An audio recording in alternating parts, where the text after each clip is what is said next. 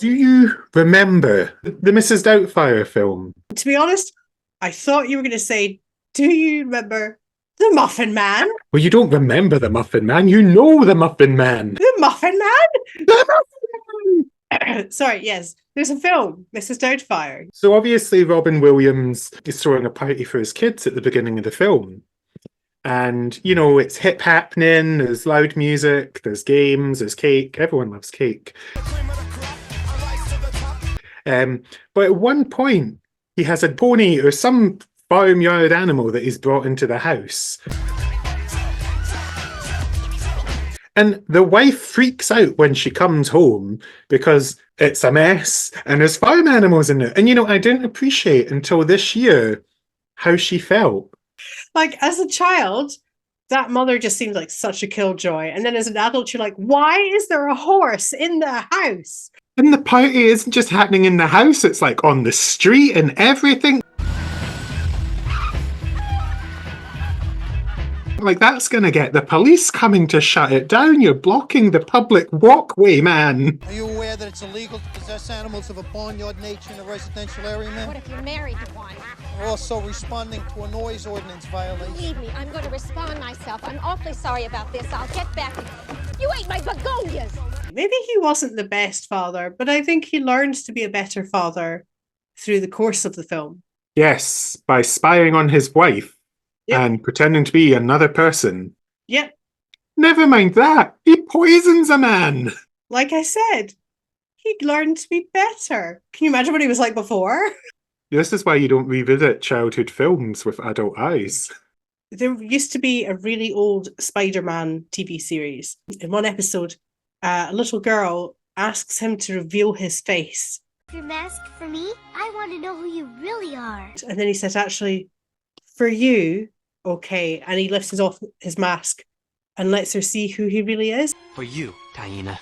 Wow, you're Peter Parker. And as a kid, you thought that was like a really nice thing that he did. As an adult, I noticed on the building it said that it was an institute for children with terminal illnesses. I'll keep your secret for the rest of my life.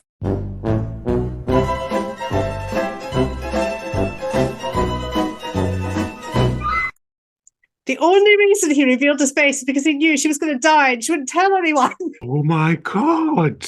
This is why you don't watch your childhood stuff as an adult.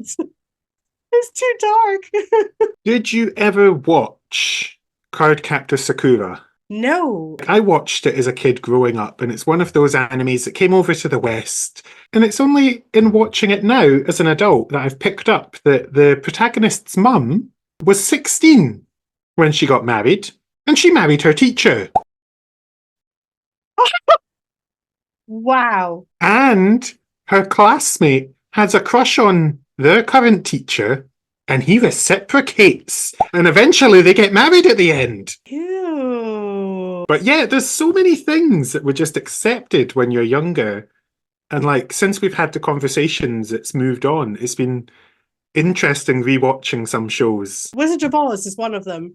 The amount of things they did to harm the actors was shocking. Like, when it snows, you remember when they fall asleep in the flowers and then it snows and they wake up? It's asbestos. They snowed asbestos on the actors. The Tin Man, the one that you see in the film, is not the guy they originally cast. The original guy, they put paint on him that had a metal in it that's extremely toxic. And he ended up in hospital after 2 weeks. And he nearly died. Wow. So they had to replace him with another actor. I'm kind of waiting for you to come in and tell me that, you know, that bucket of water at the end, it was actually sulfuric acid that they just threw on the witch and they actually just melted a woman. Well, talking about the Wicked Witch. No. Her makeup was also a problem. It was also toxic. And at one point, early on, when you first meet her, she disappears into a trapdoor with like a plume of smoke and some pyrotechnics. And in one of the takes, that went wrong and gave her first and second degree burns. But because the paint on her skin was toxic, they couldn't wipe it off in case it went into the wounds. So they had to pour alcohol over her to remove the makeup before they could take her to hospital. And the metal that was in her makeup is linked to having Alzheimer's, which is what she eventually died from.